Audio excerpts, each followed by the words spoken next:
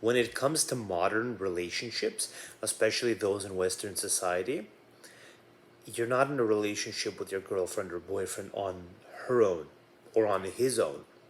That's not what's happening. And it's never been the case. It's simply never been the case. At any time in history, any relationship between two people was I'm trying to find the correct word, but it's not easy to find. I would probably want to say it was mediated. That's probably the closest I'll get here. Any relationship between a man and a woman was mediated by society at large, and that continues to be so today. So the assumption that it's just you and your girlfriend, or you and your boyfriend, that's a ridiculous assumption. Now, we don't quite assume that when we say we have a wife or a husband, right? When you have a wife or a husband, that's literally a societal thing. Marriage is literally a societal thing. It has nothing to do with you. It has nothing to do with the other person. So if I get married, it has nothing to do with me. It has nothing to do with my wife. It only has something to do with society at large.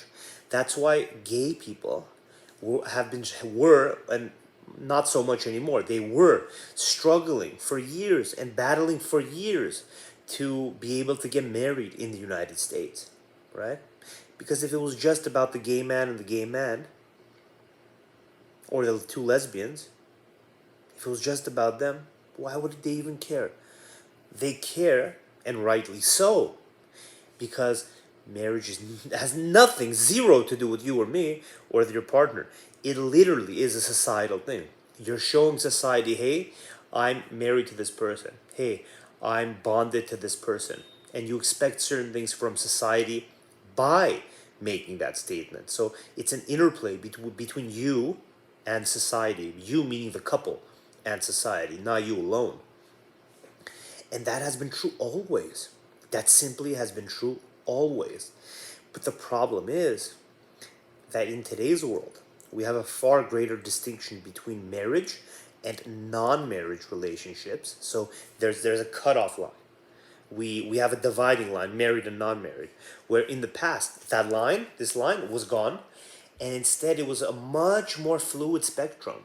Where if you're a boyfriend and girlfriend, that's pretty close to marriage, where you don't just think about the legal aspects of things, but you also think about the emotional and the moral aspects and the human aspects, and in the most sophisticated, most interesting people, the mystical aspects of things as well.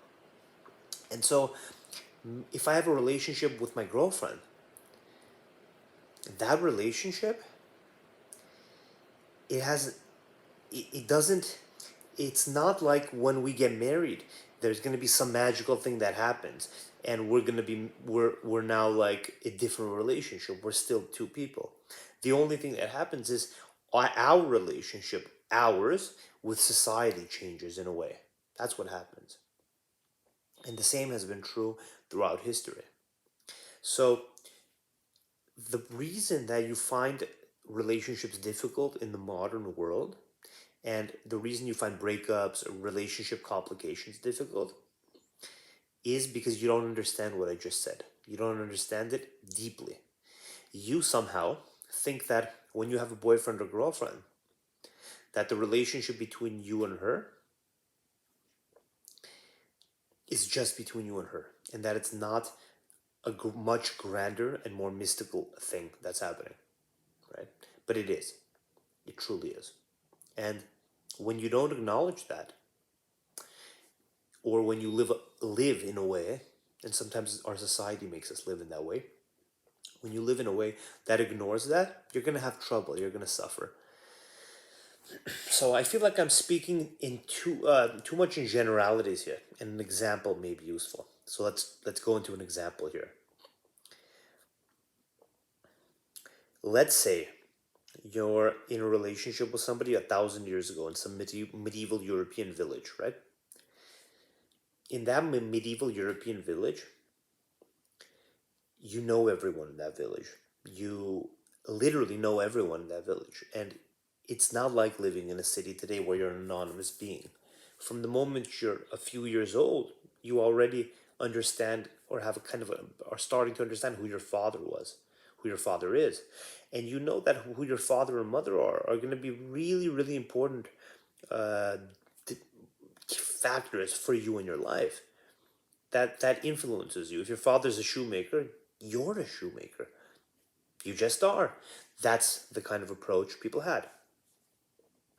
And it's not correct, of course. If your father is a shoemaker, you can also be a shoemaker, but you're far more than that, far more than that. And you can always see that. It's available all the time, immediately. If you just want to see it, you could see it, what you truly are. But most people never see it. So there's a bug here. So in that town, in that village, let's go back there. We see a couple, or say to you and your girlfriend or boyfriend. Think about how that relationship would go. It would not.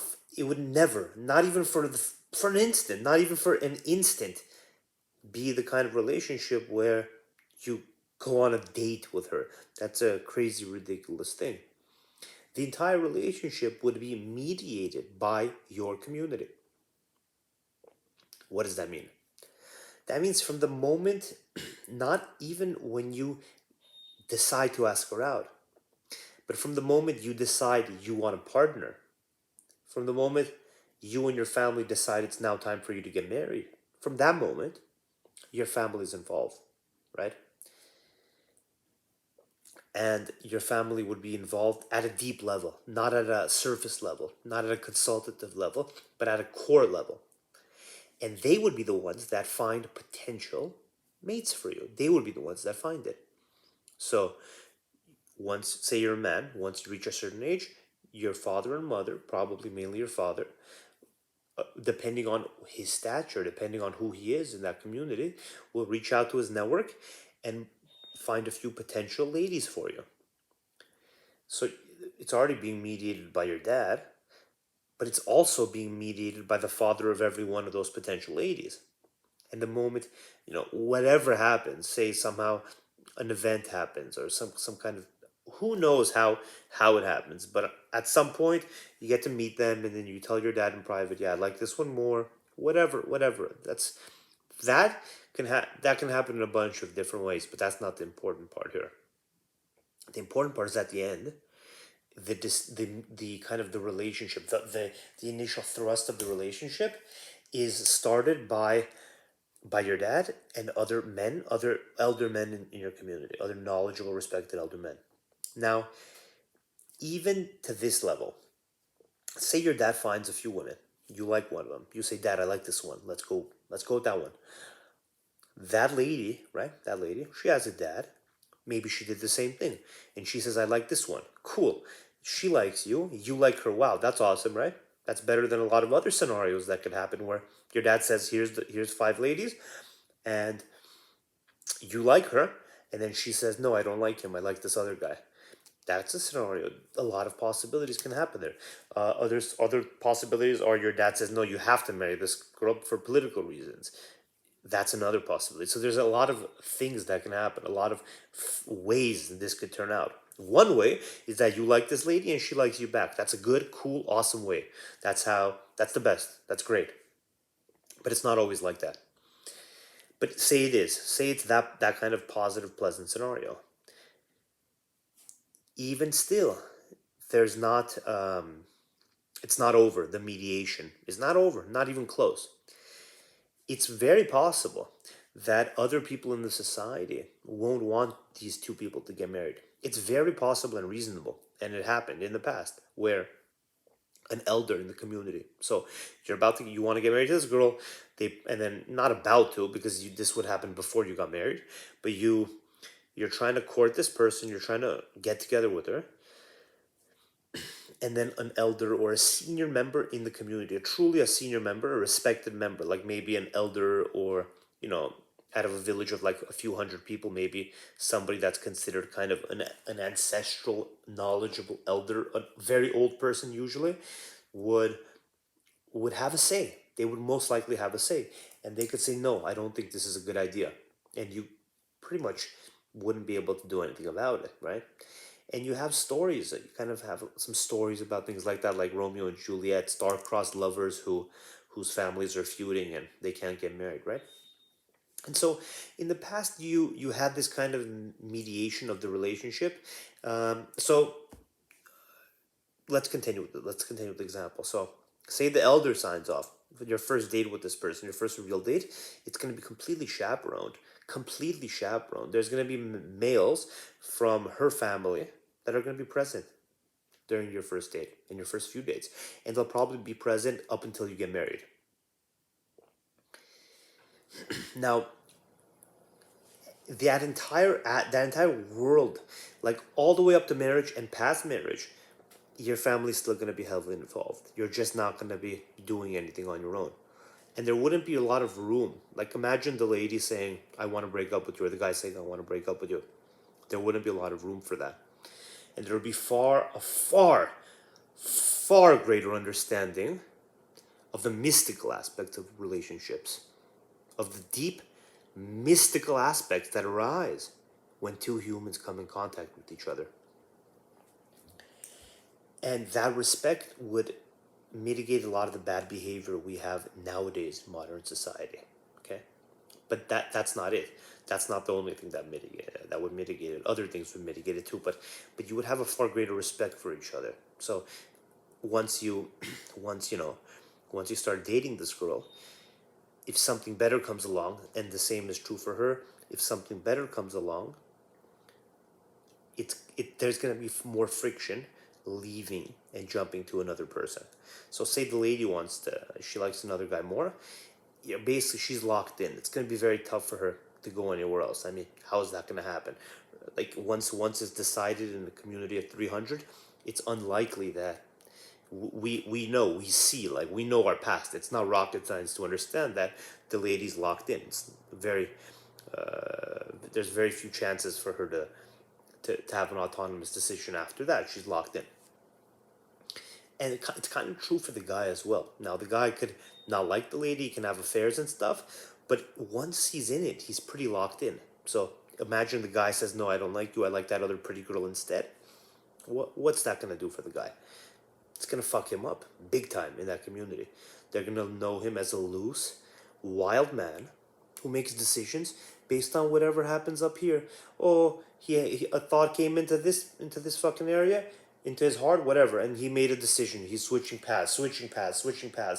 This loose, pathetic motherfucker who can't stick with his word, who can't stick with his commitment.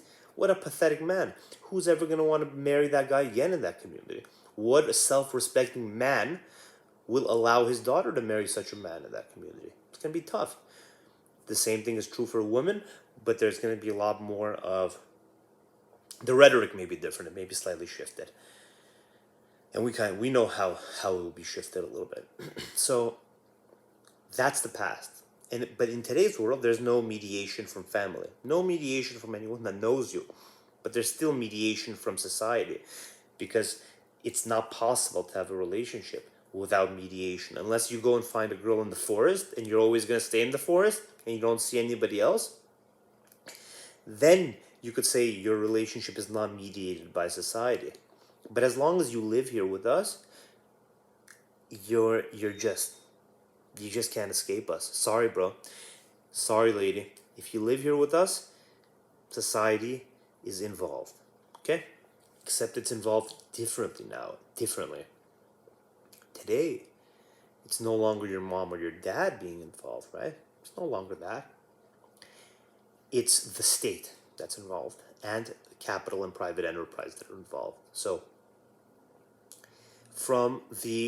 let's start at the beginning. How are you going to meet this person? You decide you want a girlfriend. You decide you want a boyfriend. How are you going to meet them? Well, instead of your family being involved and your friends being involved, you're going to have probably apps nowadays being involved, right? So if you meet somebody in real life, that's awesome, right? But how do most people meet people? How do they meet them? In ways that actually end up in a real relationship, so, and a lasting one. So one way is in high school. People meet people in high school. Another way is in college, right? In college, sometimes people meet people in jobs in the early parts of their careers. But once you get into a corporate job, the company doesn't want you to fuck around like that anymore. The company, and rightly so, because the company is a bureaucracy and it has a strong incentive to do this, right? For shareholders, for society at large. I understand why companies have these policies. They don't want, they don't want relationships forming amongst their employees. So whereas in college you can have a class of 50, and you could have like people that don't know each other on the day one, and a year later you have like 5 couples from that class. In a company you can have 500 people in the department, and on day one they're all there, and on day 365, a year later or 5 years later, they're still all there, and there's no couples. No one's getting married like that. It's unusual. It's kind of strange, more, but not always, and not in all cultures, and not on its face, only to us now. So it's not strange in its underlying essence. It's just strange in America. But so you may meet people at work, okay? But the most of the meeting happens before that for people. And if you didn't meet people at work, if you didn't meet people in college or high school, you're gonna find it hard to meet people in real life. Now you could meet people at bars, at restaurants, at all the random places. You can meet people at the grocery store, at the gym. But there's something different about that. There's something different. The stage when you're in college and school, that's a more open stage. Your mind is more open to meeting people. There's a certain awkwardness meeting people like say you meet somebody at a supermarket when you're 35 and he's 35 and you end up getting married. You could have the best relationship ever, but more often than not, the people that are doing that, why didn't they meet somebody when they were 25? Why are they 35 and still single? And instead of going to a supermarket, grabbing your food, and getting the fuck out back home to your partner, doing the things you love to do, why are you talking to random strangers at a supermarket, dude? Lady, why are you talking to random strangers at a supermarket? Who wants that? Nobody wants that. Nobody in their right mind wants that, right? We want to just go home and be with the people we love. So there's an inherent strangeness to it, where you kind of fucked up in a way. You didn't meet your partner in the past, and now you have to meet them, right? And I say this in the most loving way, where I'm just, if you're offended by this even a little bit, you're not understanding what I'm saying, unfortunately. So there should be anyone that's offended by anything I say here like that. But so there's a strangeness to it, and that's how you meet them, right? Let's talk about the first date. Let's go to the first date. Where in the past it would be unbelievably embarrassing, and just embarrassing is not even the right word. Just an unacceptable, a wild, crazy notion to suggest that you take a woman out for the first time, a woman that you don't know, a woman that's not your wife. You take her out alone somewhere? That's wild, dude. You would never do that in the past, right? 500 years ago. But let's go deeper here. Let's think more deeply. Why wouldn't you do that? Why would that be inappropriate, right? In the past, we lived differently. So in that 300, 400 person village that we're talking about here in our example, the father of the lady, he doesn't know who you are very well yet. He may know your dad, but he doesn't know you yet. He doesn't know you. And there's no bond between you and his daughter that can be enforced by society and by him. You're just going on a date with her. So you could take her outside of the village to a quiet place and do bad things to her. Very negative things can occur there. Everyone knows that. Her physical existence, her physical nature is at risk. It's inappropriate. It's scary. It's dangerous. The lady herself should be frightened physically to go out with the guy into a random, like, outskirt of the town where there's literally nobody, and just be with that guy for a few hours. That should be a scary thing. That doesn't exist in most big cities now. So you can go out with a complete stranger. So you can have a fragile lady who met someone on Tinder, right? The most fragile, tiny lady, 90-pound woman. And she met a 500-pound man. And they went on a date. Say they went to get some sushi, right, in Manhattan. You know they're on Manhattan Island. You know they're just part of society. Society's already involved. So there's not a single or two or three chaperones from the male's household. But everyone's a chaperone. You got the police department, you got the restaurant, you have society. Everyone's a chaperone now. So you're okay. You can go with that guy and you could be with him there in that sushi place, and then you know you can go home if you don't like him. You could just go home. No big deal. Obviously, you wouldn't tell him your address. You obviously would be prudent, and you wouldn't tell him certain things about you on the first time you're meeting him, right? You're not gonna invite him to your house. Now, if you're a lady and you invite a guy to your house for the first date, that's very, very poor risk management. Something's occurred in your life where you're just a deluded person, and you have a really deep and serious misconception about risk and what people are and what kind of people exist in the world. I mean, that's a very scary thought. So if you're inviting a person to your house on a first date, that's a crazy thing, and society needs to definitely intervene more in terms of educating people. We need a far greater understanding of risk all the time. Um, so that's a scary, scary thing. We don't want to be inviting strangers to our homes, right? Not at all. Not at all. And so, but we're not talking about a crazy woman or a crazy man or any crazy person who's inviting strangers to their home. We're not talking about that, right? We're talking about somebody who's at least a little bit prudent, who goes out on a first date to a location, to a place, a public place. Well, society's already mitigating. I mean, society's there. The fact that you're able to eat sushi and drink sake and able to take an Uber there, society's intimately involved. Instead of the family providing the setting and the set and the scenario for you to meet and interact with this person. Society still is, but instead of your family doing it, it's going to be the market now, the capitalist system, the capitalist market, the economy, the country at large, basically, even people abroad. So say you're eating sushi with chopsticks on a plate that's made somewhere, say made in Japan, made in China. You have quite a deep connection with everyone, and those people, in the truest sense, in the truest, most psychedelic sense, not in a not in like some second order sense, but in the most deep and most important sense, those people are literally involved in your life, and they're more involved than your own mom and dad, who may be at home. So you're on a date, you have like a million people involved in that date, from the sushi to the lights, all that stuff, because you're living in a capitalist society is provided for you, as well as the security, the security, the idea that you don't need a chaperone, the idea that you don't need any mediation. So to protect your physical security, that's the physical piece. But once you finish that date and you like the person, say, and you go on 10 more dates, and you say, okay, we're boyfriend girlfriend now.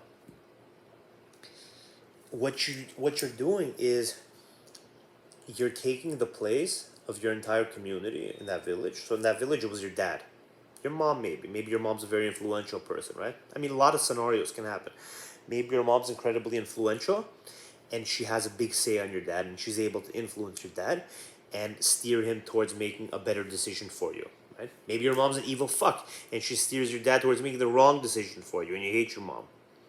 Maybe your mom's so timid and weak, and your dad's a tyrant and only focused on himself and his own power, and he just tries to find a bride for you that will benefit him, that will benefit his power and his goals, and not yours at all. And your mom can't do anything about it. Maybe that's a scenario. There could be a ton of scenarios, tons, right? You can't paint it in one way. Maybe your dad is a good guy and your mom's a good guy, and they find a great woman for you that you fall in love with once you're married to her, and you just love life, and you're like, oh my god, this is the best, and you don't even question anything. So a lot of things can happen in that past time, and a lot of things can happen now. Except in the past, where was your dad and your mom, and then obviously the mom and the dad of the bride, and the community at large. I promise you, the community had a say. If you're living in a 300-person community, the community is going to have a say here. They just are going to have a say. Unless you're the most powerful one in the community, unless you're the preeminent person in the community and you're the leader of the community is going to have a say. And today, in today's world, No one has a say, basically. The only person that has a say is you. You go on a date, you go on a date, maybe 10 dates later, in your own mind, in your own heart, however you feel like, that's how you decide. Oh, I like him, I like her. That's how you decide whether to be in a relationship or not, right? That's how you do it. So you don't have the community doing it, but you have yourself doing it. You yourself are deciding. Now, from just a pure numbers perspective, what's better? Having a board of decision makers where you're involved, you're still, you could tell your dad, hey, I don't like this woman. Of course, he may not listen to you, but what's better for you? Is it that, the scenario that I talked about in the past, or is it the scenario now where it's all up to you? It's hard to answer that question because they're two different times. You have far more choices now of mates. You have a far different world now and a different culture and society, so it's very different.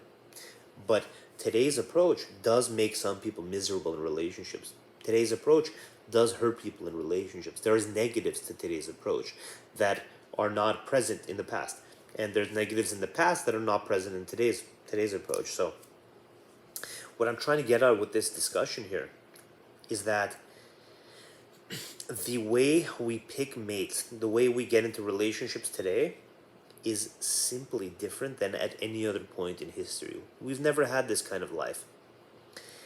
And we're just not built for it. And that's why relationships are so hard. And that's why breakups are so hard. What makes a breakup so hard is that when somebody breaks up with you, when a woman comes to you and breaks up with you, or when a man comes and breaks up with you, they're doing something pretty radical. They're saying, hey, lady, sir, dude, whatever.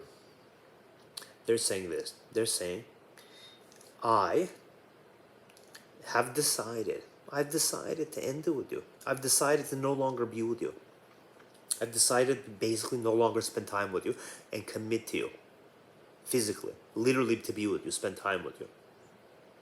And to forgo all the other things that I could do with this body, but to commit it to you. I've decided to toss that away.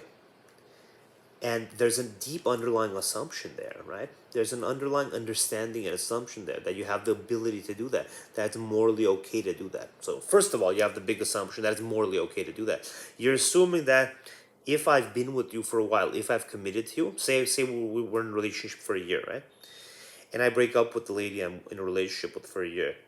In doing that, I'm inherently assuming, unless after the fact I go and I cry and I say I'm a piece of shit, and I think of myself as just a lowered being for doing that. But no, nobody does that. That's the problem. You don't think that way because you don't have this assumption. Let me talk about the assumption before I jump all over the place.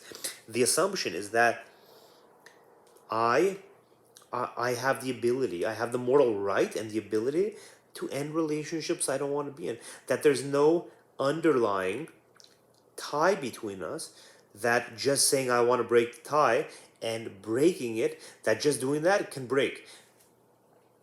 That it's all just based on decisions. That if I don't want to be with you anymore, it's no problem. I could just walk away with you. It's not that big of a deal. That just because we share a past doesn't mean we have to share a future together.